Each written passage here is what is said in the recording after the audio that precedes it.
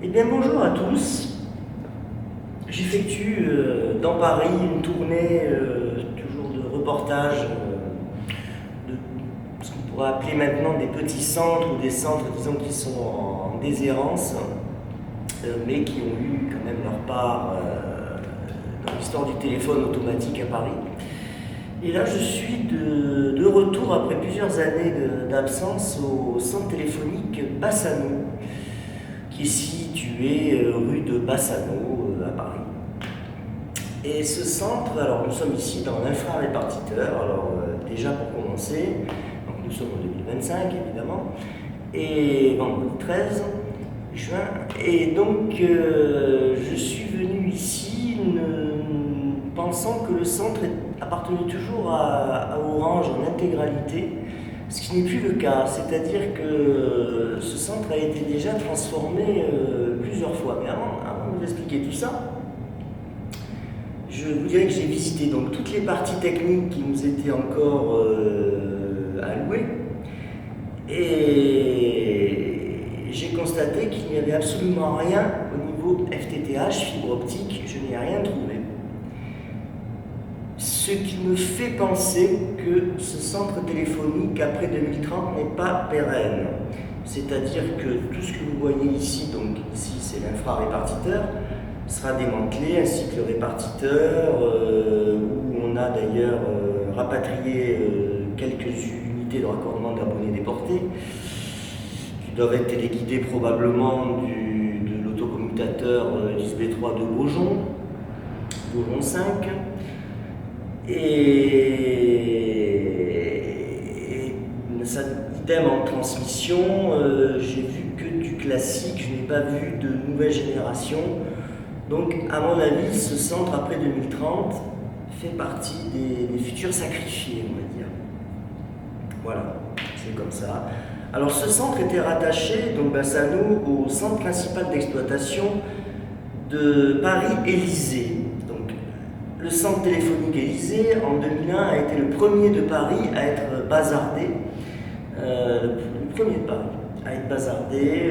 Ça faisait depuis 1983-84 que le dernier autocommutateur Rotary, donc 7A1 et 7B1, avait été arrêté donc à Élysée. Et si vous voulez, la force commutatrice avait été déplacé et remplacé avec le centre téléphonique de Beaujon ainsi que celui de Bassano. Bassano est même plus ancien que Beaujon. Alors l'histoire de Bassano est bien singulière. Donc Bassano est situé donc, dans le 16e arrondissement de Paris. Donc, déjà dans les années 60, le 16e arrondissement de Paris, pas très loin des Champs-Élysées. Si vous voulez, c'est quand même une zone assez recherchée. Il se trouve qu'à l'emplacement du centre actuel, tout ce qu'il en reste, il se trouve qu'il y avait, d'après mes recherches, c'est pour ça que je vais un peu en parler, parce que c'est assez édifiant, on va dire, il y avait une ancienne téléphoniste des PTT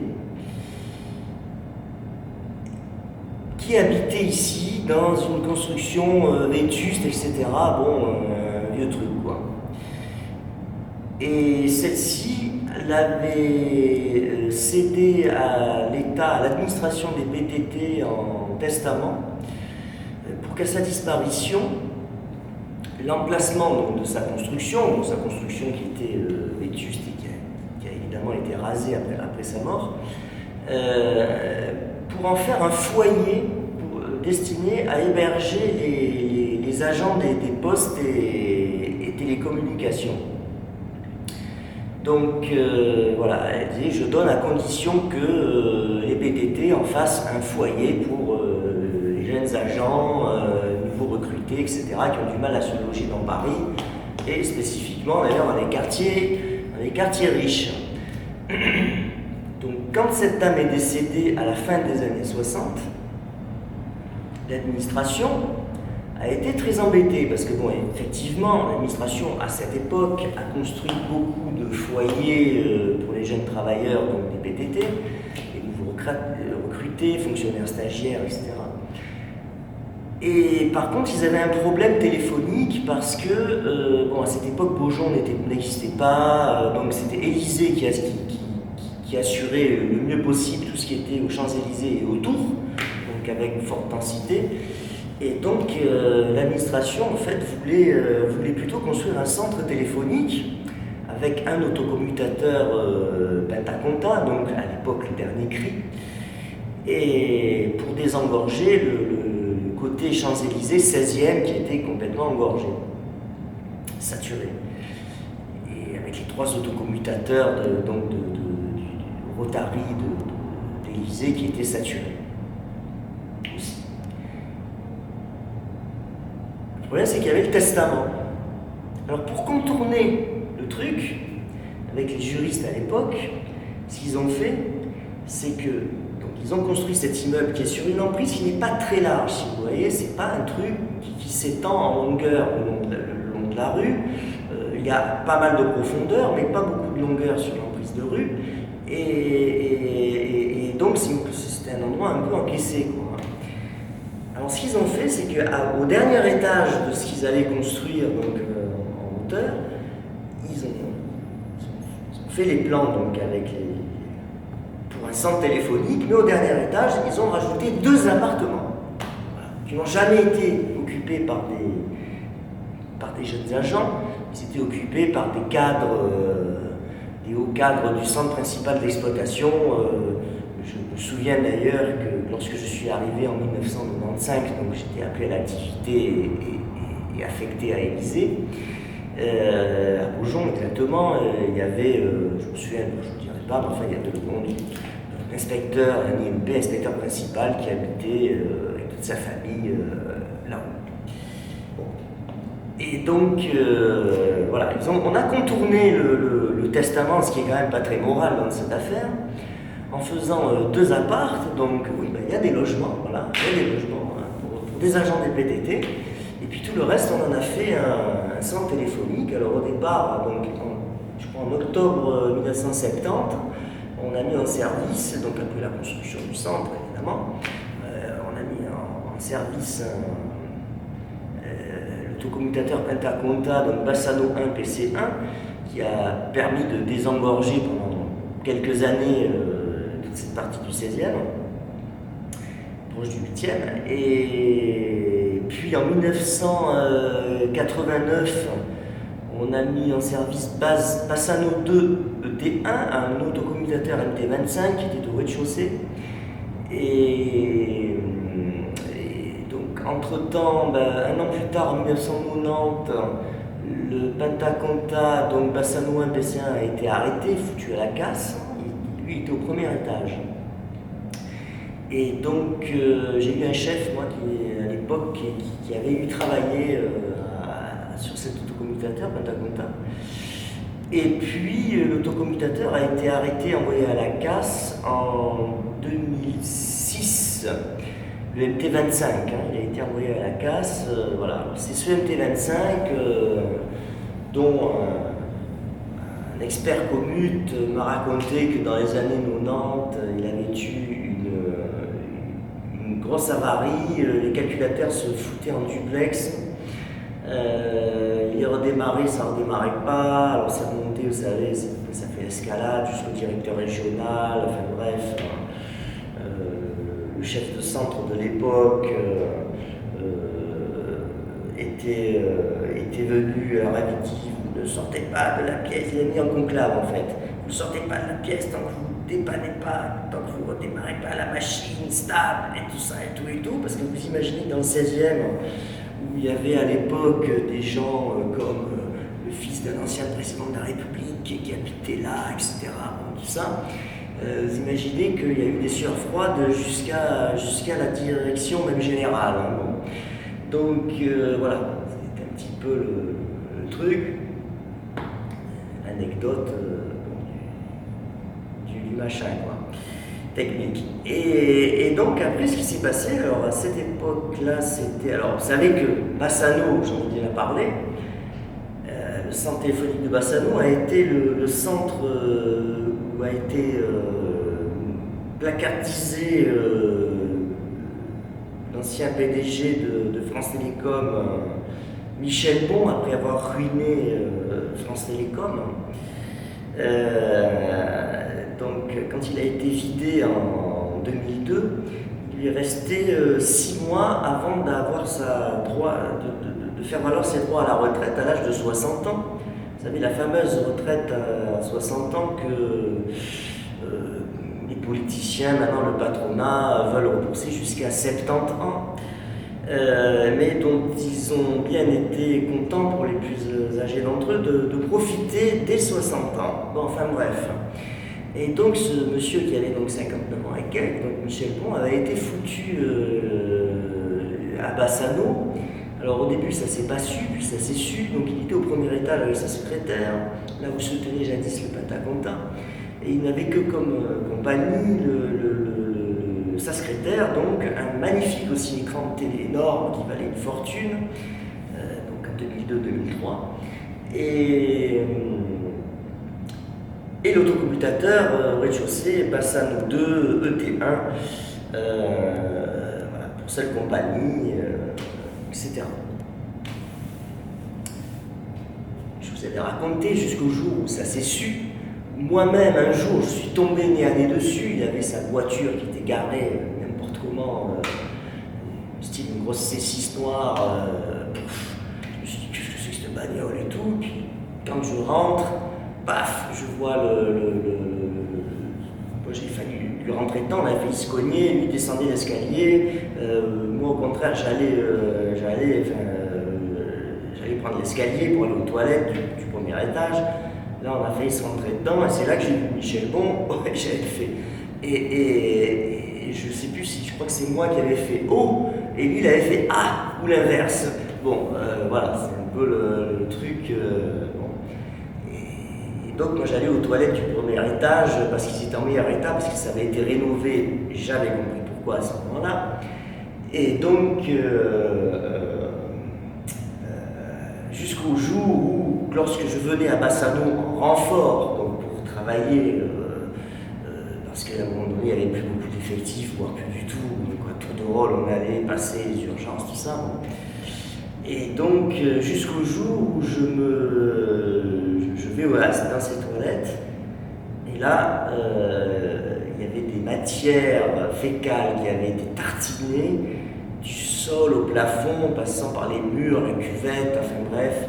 Bon, ça c'est quelqu'un qui s'est vengé de Michel Bon. Bon, enfin c'est pas une vengeance que j'ai trouvée très noble, parce que moi j'ai toujours considéré que lorsqu'on était en conflit contre quelqu'un, c'est au moment où tu es en conflit, où la personne elle est à sa place, qu'il faut le combattre directement, et non pas attendre une fois que le gars est disgraziato.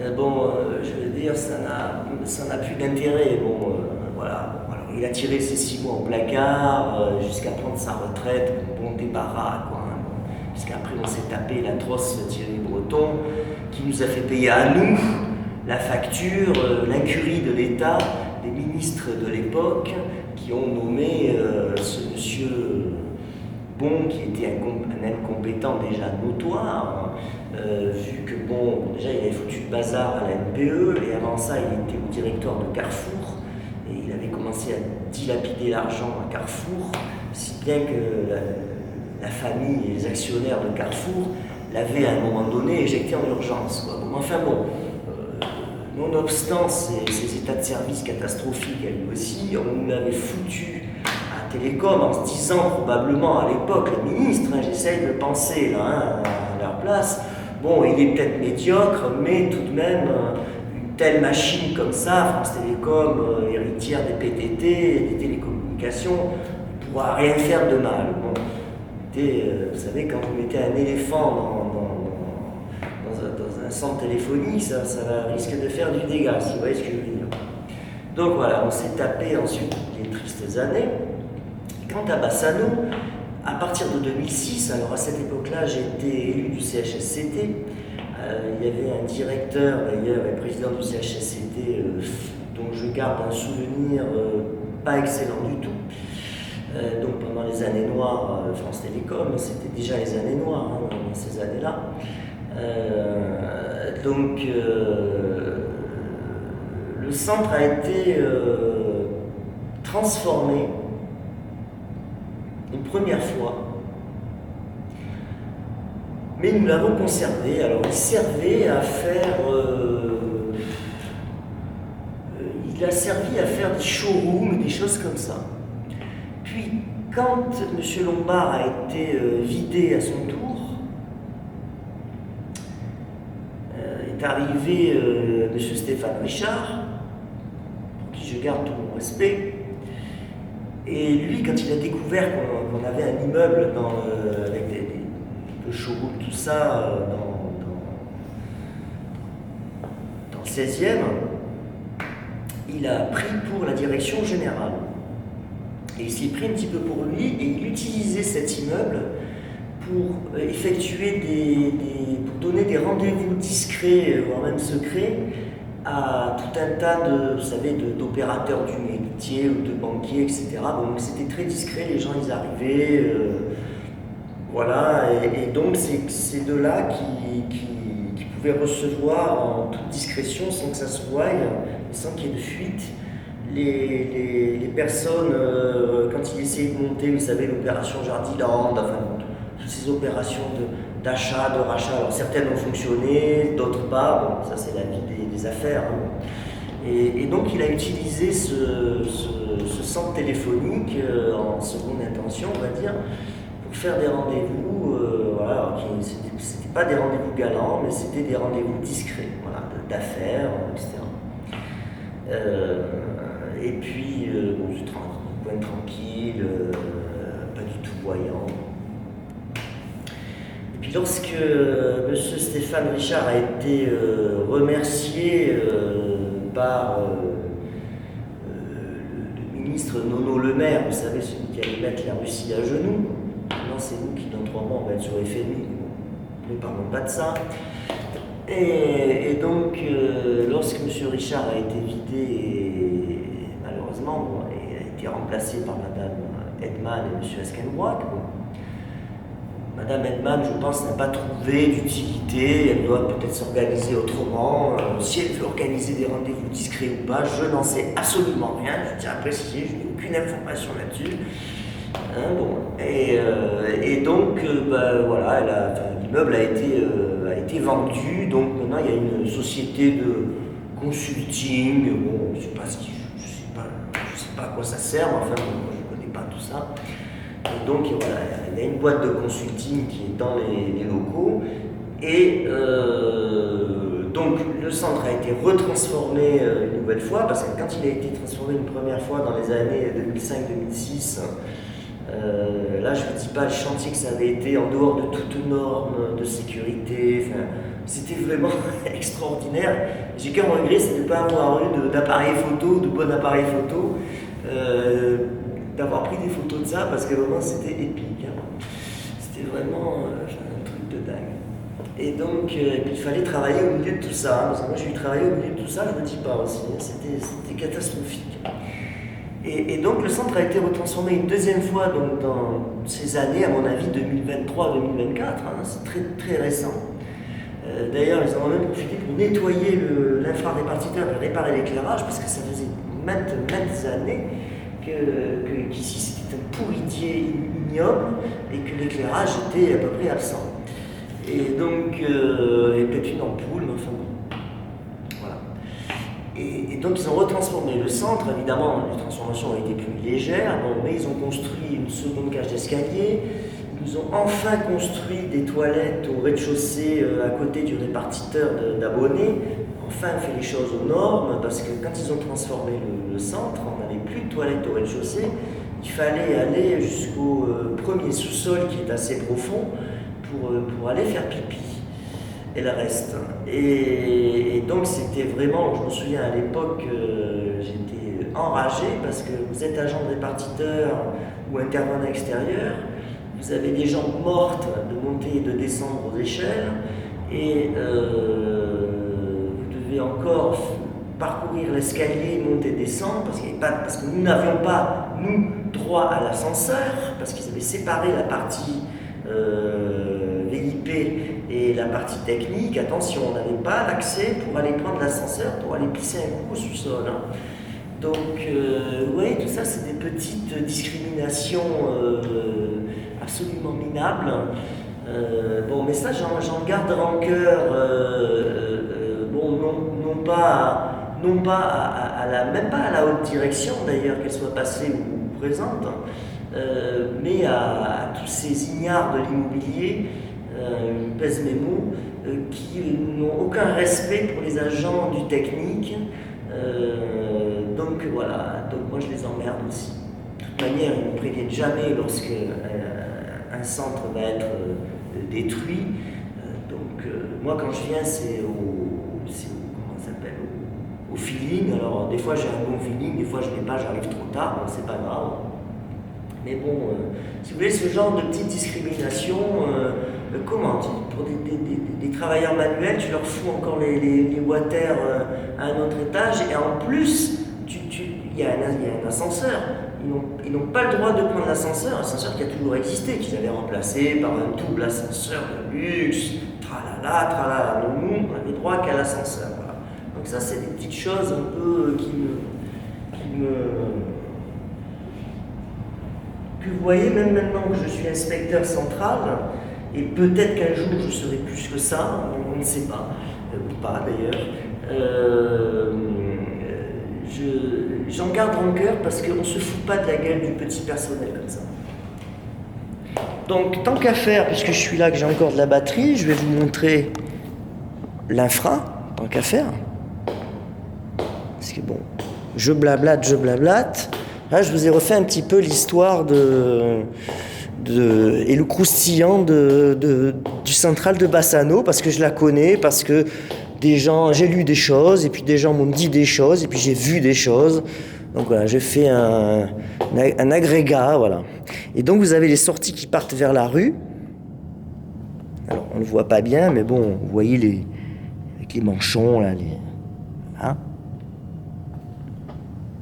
Alors là, il y a quand même des fibres. On voit quand même des trucs de fibres. Mais je vous dis franchement, j'ai pas vu beaucoup. Et moi, à mon avis, je sais pas si c'est pérenne parce que j'ai pas vu un beau répartiteur optique. Enfin bon, je suis très très réservé sur la pérennité en tant que centre téléphonique de Bassano. Hein. Bon, voilà. Donc c'est un centre de taille moyenne, mais qui à l'époque a servi à désengorger le nord du 16e arrondissement.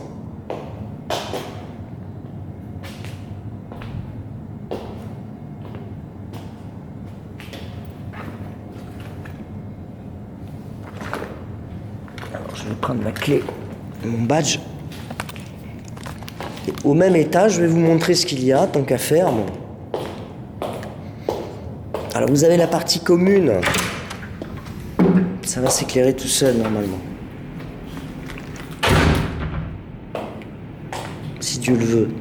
Voilà, vous avez l'ancien, le compresseur, mais qui est à l'arrêt parce que, voilà, 2021, je me souviens à l'époque, à la fin des années 10, il y a eu un ordre à Paris qui a d'ailleurs fait grincer des dents, d'arrêter toutes les compresseurs donc pneumatiques qui servent à assurer l'étanchéité des câbles.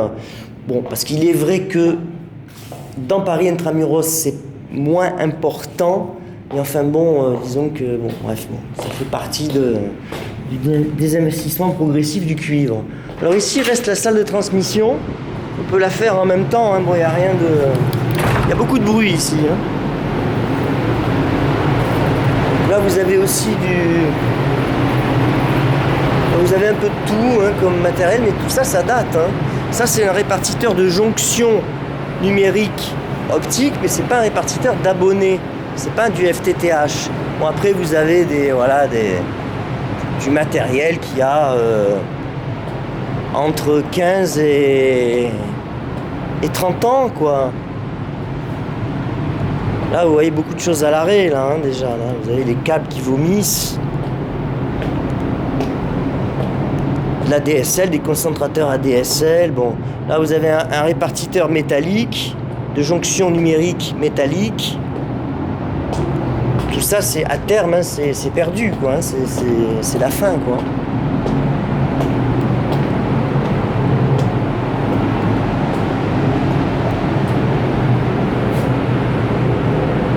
Voilà, donc vraiment, avec la meilleure volonté du monde, j'ai pas vu de... Il y a un autre sous-sol aussi en dessous, hein. Bon, il n'y a pas de... J'ai pas vu du tout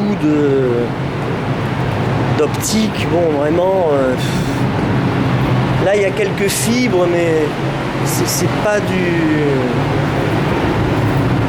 Voilà, c'est la suite, c'est la sortie de la DSL, quoi. Bon. Donc voilà.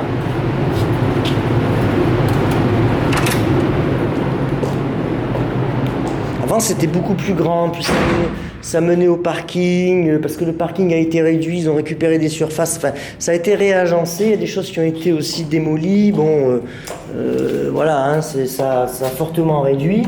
Bon, il n'y a que l'infrarépartiteur qui, bon, est resté d'origine, quoi.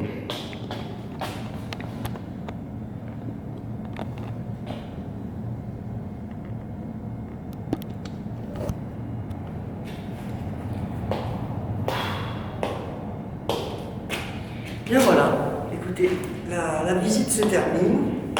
Bon, c'est surtout surtout un peu un témoignage sur bon, l'histoire de Michel Bon. C'est vrai que ça, pour moi, ça m'avait fait rigoler, ça avait fait rire tout le monde. Je me souviens parce qu'après l'information s'était su, on en discutait lorsque j'allais manger au restaurant administratif du PDT de Anjou. Il y a un centre téléphonique aussi qui a été en grande partie bazardé à Anjou. Alors j'y étais venu en 2021 à Anjou, j'avais fait un très très beau reportage photographique. Et heureusement que je l'ai fait parce que le bâtiment venait juste d'être abandonné par toutes les équipes de la branche entreprise et tout avait été laissé en place. Il y avait encore le restaurant, donc j'avais pu rentrer, j'avais fait des super photos. Et bon, donc je ne regrette pas, vous voyez, d'avoir pu faire. Et bon, mais alors je ne sais pas ce que c'est devenu, alors peut-être que j'aurai le temps, parce que je suis un petit peu bloqué à Paris au mois de juin, donc c'est pour ça que je fais un peu une partie des récollements de ce que je dois faire. Alors peut-être que j'irai retourner à Anjou, voir un petit peu comment ça a évolué, est-ce que ça vaut encore le coup de prendre des photographies, j'en sais rien. Voilà, il y a Diderot aussi, alors parce que Diderot a été abandonné. Normalement, il doit être vendu, ce centre Diderot, dans Paris. Mais j'ai su par un ami qui travaille un peu dans les bâtiments, j'ai su qu'il y avait de nouveau des occupants qui étaient présents à titre transitoire pendant à peu près 2 ans. Donc voilà, il paraît qu'il y a des équipes qui reviennent, qui sont revenues, je ne sais pas trop où ça en est encore. J'irai peut-être faire un saut aussi, puis j'ai encore aussi un centre qui a été aussi bazardé, qui est un historique là, vraiment des débuts du téléphone automatique, c'est le centre téléphonique des Gobelins. Alors je ne sais pas ce que je vais y retrouver, bon, le répartiteur, l'infra, ça c'est obligatoire. Mais après, je ne sais pas trop ce qui va occuper le lieu. Je vais essayer de le faire en ce mois de juin, il faudrait que je le fasse celui-là. Après il me reste d'autres, il me reste Pompe, Passy, mais je ne sais même pas si j'ai les accès, bon enfin, c'est pas trop urgent, mais ce sont des centres, notamment Passy, c'est un des premiers aussi automatiques.